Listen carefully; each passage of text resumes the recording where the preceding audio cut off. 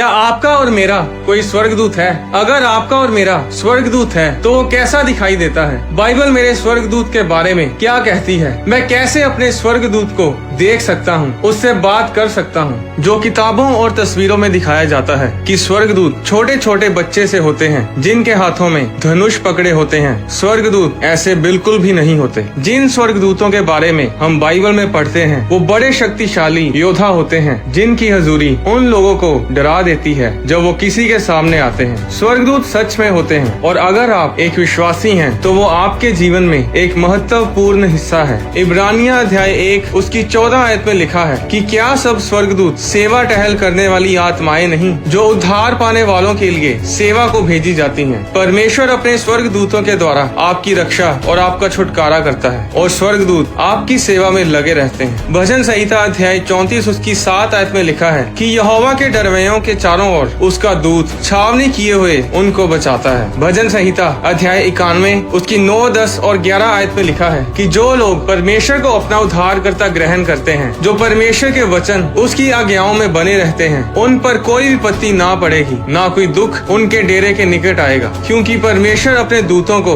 उनके निमित्त आज्ञा देगा कि जहाँ कहीं वे जाएं, स्वर्गदूत उनकी रक्षा करें। इसमें ये नहीं लिखा कि परमेश्वर अपने एक दूत को आज्ञा देगा कि वे तुम्हारी रक्षा करें। इसमें लिखा है कि परमेश्वर अपने दूतों को आज्ञा देगा कि वे आपकी रक्षा करें। 2 राजा उसके 19 अध्याय में हम पढ़ते हैं कि जब अशूरियों का राजा सेनाक्रेब परमेश्वर के लोगों के खिलाफ आ खड़ा हुआ तो परमेश्वर ने अपने दूत को भेजा और उस दूत ने रातों रात अशूरियों की छावनी में 1,85,000 पुरुषों को मारा। और भोर को जब लोग उठे तब देखा कि सब तरफ लाशें ही लाशें पड़ी हैं। तब अशूर का राजा वापस लौट गया। वो राजा नगर में प्रवेश तो क्या, एक तीर भी परमेश्वर के लोगों के खिलाफ मार नहीं पाया। जरा सोचिए कि एक स्वर्गदूत एक रात में 1,85,000 पुरुष मारने की ताकत रखता है तो दूतों का दल कितने लाख मार सकता है। जरा सोचिए कि कितने सुरक्षित हैं आप, कितना प्यार परमेश्वर आपसे करता है। स्वर्गदूत हमेशा आपकी सेवा में हाजिर रहते हैं पर आप उन्हें आत्मिक आंखों से ही देख सकते हैं। और यही बात अलीशा अपने दास को बता रहा था जब उन्हें अरामी सेना ने घेर लिया था। 2 राजा अध्याय 6 में हम पढ़ते हैं कि एक बार परमेश्वर के दास अलीशा को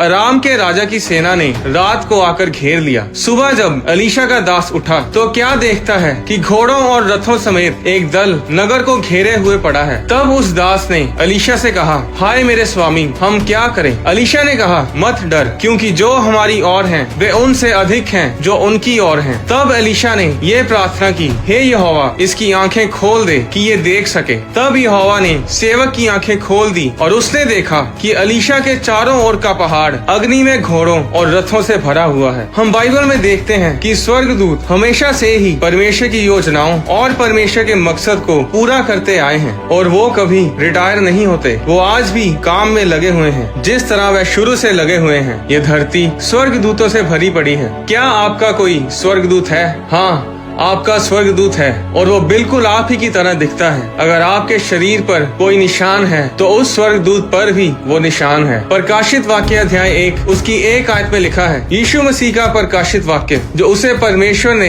इसलिए दिया कि अपने दासों को वे बातें जिनका शीघ्र होना अवश्य है दिखाए। और उसने अपने स्वर्गदूत को भेजकर उसके द्वारा अपने दास यूहन्ना को बताया जिसने परमेश्वर के वचन और यीशु मसीह की गवाही अर्थात जो कुछ उसने देखा था उसकी गवाही दी। इस वचन में लिखा है कि यीशु मसीह ने अपने स्वर्गदूत को भेजा कि वो यूहन्ना को उन बातों के बारे बताए जिनका शीघ्र होना अवश्य है। इसमें यीशु मसीह यूहन्ना के पास नहीं आए बल्कि यीशु मसीह ने अपने स्वर्गदूत को यूहन्ना के पास भेजा। पर जब यूहन्ना ने उस स्वर्गदूत को देखा तो उसने बताया कि वो परमेश्वर के पुत्र यानी यीशु मसीह के जैसा था। प्रकाशित वाक्य अध्याय 22 उसकी 9 आयत में जब यूहन्ना उसके पांव पर दंडवत करने के लिए गिर पड़ा तो स्वर्गदूत ने कहा, देख, ऐसा मत कर, क्योंकि मैं तेरा और तेरे भाई भविष्यद्वक्ताओं और इस पुस्तक की बातों को मानने वालों का संगी दास हूँ। परमेश्वर ही को दंडवत कर। अब आवाज तो यीशु मसीह ही की है, वचन भी यीशु मसीह के ही हैं कि मैं अल्फा और ओमेगा हूँ। पर वो स्वर्गदूत अल्फा ओमेगा नहीं है, वो बस यीशु मसीह के दिए हुए अधिकार से यीशु मसीह की जगह पर बात कर रहा था। प्रेरितों के काम अध्याय 12 उसकी 6 में लिखा, जब हेरोदेस पतरस को लोगों के सामने लाने को था उसी रात पतरस जंजीरों से बंधा हुआ 2 सिपाहियों के बीच सो रहा था और पहरुए द्वार पर बंदीगृह की रखवाली कर रहे थे। तो देखो, प्रभु का एक स्वर्गदूत आ खड़ा हुआ और उस कोठरी में ज्योति चमकी और उसने पतरस की पसली पर हाथ मार के उसे जगाया और कहा, उठ जल्दी कर। और उसके हाथों से जंजीर खुलकर गिर पड़ी। तब स्वर्गदूत ने उससे कहा, कमर बांध और अपने जूते पहन ले। उसने वैसा ही किया। फिर उसने उससे कहा, अपना वस्त्र पहनकर मेरे पीछे हो ले। वह निकल कर उसके पीछे हो लिया, परंतु ये ना जानता था कि जो कुछ स्वर्गदूत कर रहा है वह सच है, वरन ये समझा कि मैं दर्शन देख रहा हूँ। अब बंदीगृह से छुड़ाए जाने के बाद जब पतरस यूहन्ना की माता मरियम के घर आया, जहाँ बहुत से लोग इकट्ठे होकर प्रार्थना कर रहे थे, जब उसने फाटक की खिड़की खटखटाई तो रूदे नामक एक दासी देखने को आई। पतरस का शब्द पहचान कर उसने आनंद के मारे फाटक ना खोला, परंतु दौड़कर भीतर गई और बताया कि पतरस द्वार पर खड़ा है। पर उन्होंने उससे कहा, तू पागल है, परंतु वह दृढ़ता से बोली कि ऐसा ही है। तब उन्होंने कहा, उसका स्वर्गदूत होगा, परंतु पतरस खटखटाता ही रहा। अतः उन्होंने खिड़की खोली और उसे देखकर चकित रह गए। क्यों कलीसिया ये बोलने लगी कि वो पतरस नहीं है, बल्कि पतरस का स्वर्गदूत है। पर जब दरवाजा खुलता है तो पतरस का स्वर्गदूत नहीं बल्कि पतरस ही होता है। इस वचन से हमें ये पता चलता है कि कलीसिया ने बहुत बार पतरस के स्वर्गदूत को देखा होगा। क्योंकि पतरस बंदीगृह में था, इसलिए कलीसिया ने उस दासी से कहा कि वो पतरस नहीं, पतरस का स्वर्गदूत है। पर वे उस समय ना जानते थे कि प्रभु किस रीति से पतरस को उस बंदीगृह से निकाल लाया है। आपका स्वर्गदूत आपके जैसा दिखता है, इसलिए जब किसी के सपने में कोई परमेश्वर का दास, पास्टर, अपोस्टल, प्रोफेट आते हैं तो वो पास्टर नहीं, वो पास्टर का, उस परमेश्वर के दास का स्वर्गदूत होता है। आपके साथ आपका स्वर्गदूत काम करता है, वो आपका है, वो आपकी पूरी उम्र तक आपके साथ रहेगा। मत्ती अध्याय 18 उसकी 10 आयत में लिखा है, देखो तुम इन छोटों में से किसी को तुच्छ ना जानना, क्योंकि मैं तुमसे कहता हूँ कि स्वर्ग में उनके दूत मेरे स्वर्गीय पिता का मुंह सदा देखते हैं। स्वर्गदूत महाशक्तिशाली होते हैं, पर वो सिर्फ यीशु नाम के आगे झुकते हैं। आप अपने स्वर्गदूतों को सिर्फ यीशु नाम में ही आज्ञा दे सकते हैं। जब आप यीशु मसीह के लहू को अपने ऊपर घोषित करते हैं, अपनी गाड़ियों को, अपने घरों को यीशु मसीह के लहू में छिपाते हैं, तब आप स्वर्गदूतों को एक्टिवेट करते हैं। जब आप बोलते हैं कि मैं स्वर्गदूतों को भेजता हूँ कि वो मेरे और मेरे परिवार की रक्षा करें, तब आप स्वर्गदूतों को काम पर लगाते हैं। इस समय भी आपका स्वर्गदूत आपके साथ, आपके कमरे में है। आप जहाँ कहीं भी हैं, वो आपके साथ है, इस इंतजार में कि वो आपकी रक्षा करे, आपकी सेवा टहल करे, ताकि आप परमेश्वर के मकसद को अपने जीवन में पूरा कर पाएं। पर क्या आप उस स्वर्गदूत को काम में लगा रहे हैं? सालों पहले पास्टर क्रेफ्लो डोलर एक प्रार्थना सभा में जा रहे थे कि एक गाड़ी रेड लाइट का सिग्नल तोड़कर उनकी गाड़ी से आ टकराई। पास्टर ने बताया कि जब दूसरी गाड़ी उनकी गाड़ी से टकराई, उन्होंने स्वर्गदूतों को उस गाड़ी में देखा, जिन्होंने उन्हें उस भयानक एक्सीडेंट में बचाया, और उन स्वर्गदूतों के कारण ही वे आज जीवित हैं। बाइबल बताती है कि शैतान चोरी करने, घात करने और नष्ट करने के लिए आया, पर परमेश्वर की योजनाएं आपको बहुतायत जीवन देने की हैं। भजन संहिता अध्याय 103 उसकी 20 और 21 आयत में लिखा है, हे यहोवा के दूतों, तुम जो बड़े वीर हो और उसके वचन के मानने से उसको पूरा करते हो, उसको धन्य कहो। हे यहोवा की सारी सेनाओं, हे उसके टहलुओ, तुम जो उसकी इच्छा पूरी करते हो, उसको धन्य कहो। ये वचन साबित करता है कि हर एक वचन जो बाइबल में परमेश्वर ने कहा, चाहे आपकी सेहत के लिए हो, सुरक्षा या फिर आशीष के लिए हो, आपके छुटकारे के लिए हो, उस हर एक वचन को लागू करने के लिए परमेश्वर ने अपने दूतों को अधिकार दिया है। स्वर्गदूत परमेश्वर के वचनों को हमारे जीवन में लागू करने के लिए इस धरती पर आते हैं। पर आप कैसे उन स्वर्गदूतों को काम पर लगाते हैं?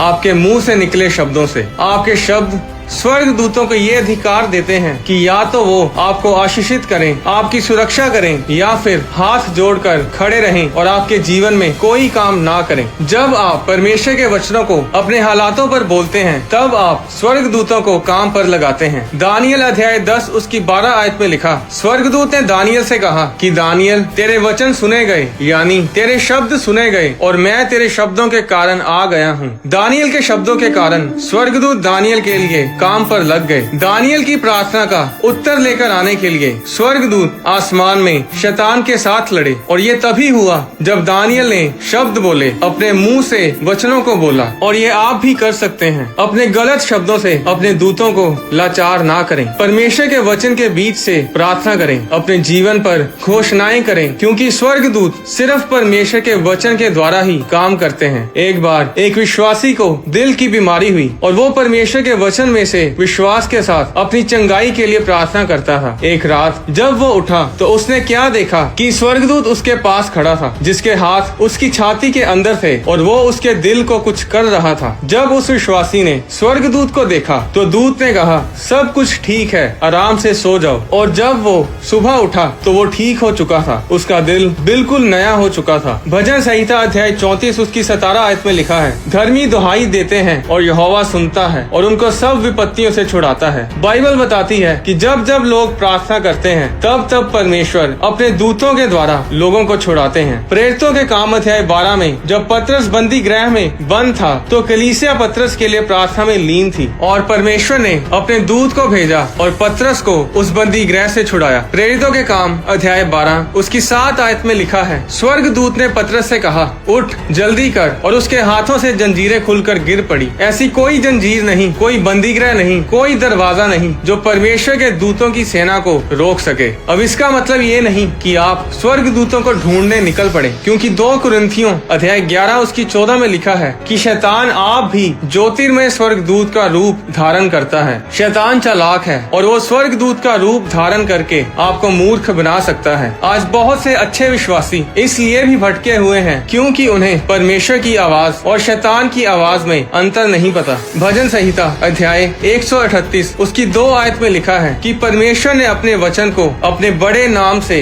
अधिक महत्व दिया है। परमेश्वर कभी भी अपने वचन से बाहर जाकर कुछ नहीं करता। अगर परमेश्वर ने अपने वचन में कहा कि अपने माता पिता की इज्जत करो तो तुम लंबी उम्र को पाओगे, तो परमेश्वर कभी भी आपसे ये नहीं कहेगा कि अपने माता पिता की इज्जत ना करो। कोई भी आवाज, कोई भी जन अगर आपको परमेश्वर के वचन के खिलाफ आपकी अगुवाई करता है तो वो परमेश्वर की ओर से नहीं है, वो शैतानी है। हर एक भविष्यवाणी, हर एक रेवलेशन की परमेश्वर के वचन में से पुष्टि करें। परमेश्वर के वचन में और परमेश्वर की पहचान में बढ़ें और प्रार्थना करें कि परमेश्वर मुझ पे जाहिर करें कि मैं कैसे स्वर्ग दूतों को काम पर लगा सकूं, जिन्हें आपने मेरे परिवार और मेरी सुरक्षा के लिए नियुक्त किया है। यीशु मसीह के नाम में आमीन। अगली वीडियो में मैं आपको बताऊंगा कि किन चीजों से स्वर्गदूत नाराज होते हैं। क्या स्वर्गदूत भी खाना खाते हैं? क्रूस पर मरने के बाद और जी उठने से पहले 3 दिन 3 रात यीशु मसीह ने कहां और क्यों बिताए? आने वाली वीडियोस में मैं बाइबल के गहरे भेदों को आपसे शेयर करूंगा। कोई भी वीडियो मिस ना करें। अगर इस वीडियो ने आपको आशीषित किया है तो इस आशीष को अपने तक ही सीमित ना रखें। इस वीडियो को अपने परिवार, दोस्तों और रिश्तेदारों के साथ शेयर करें ताकि वे भी परमेश्वर के भेदों को समझें और आशीष पाएं। परमेश्वर आपको आशीष दे।